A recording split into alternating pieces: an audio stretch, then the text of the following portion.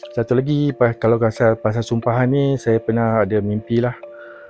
Pasal ada orang bagi tahu pelemah ilmu pelesik ni, setengah-tengah orang dulu-dulu banyak benda pelesik kan, mungkin untuk survival dia kan, dia survival dia macam-macam mana pun zaman perang kan, dia ambil lah ilmu apa benda pun asal dia boleh survive kan.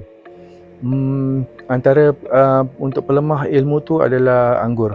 Makanlah dengan jumlah yang ganjil, macam kita makan buah tamar kan, tamar 3, 5, 7 kan, kita niat lah, kita selawat Al-Fatihah, minta Allah pelemahkan ilmu yang mengganggu, ilmu pesik yang mengganggu, dan mintalah kita disembuhkan. Kita ikhtiar, jangan kata tak berani.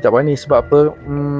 Kita kena yakin lah, dalam satu keadaan yang darurat ni Allah akan tolong kita. Contohnya macam sahabat Rasulullah Abu Sa'id Al-Khudri, pada satu waktu dia keluar daripada Mekah, ada kerja-kerja ketenteraan kot kan, dan ketua kampung malam tu dia terkena halau. Kemudian dia berehat di luar kampung tu lah. Malam tu orang kampung cari dia, kata ada yang kena sengat dengan jengking. Minta tolong siapa-siapa lah, tolong berubat ke jampi macam mana kan. Sebenarnya dia tak tahu, dan dia pergi je.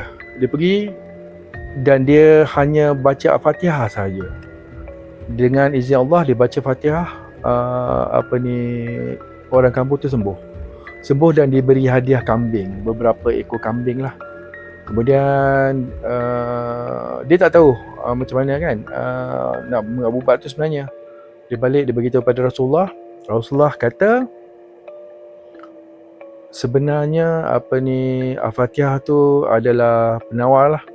Dan walaupun masa tu orang penduduk kampung tu belum lagi Islam, dan dia dah bagi kambing, dan Rasulullah kata dia nak ambil seekor lah kambing tu sebagai syarat kan.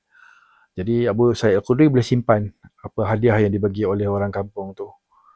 Jadi kita ni kena faham dan yakinlah bahawa Fatihah tu adalah penawar, sebab ihdinas siratal mustaqim kan, tunjukkan jalan yang lurus dan benar. Dan itulah, kita tak tahu, itulah jalan yang datang, kita mohon je pada Allah. Semoga Allah bagi kita kesembuhan lah kan.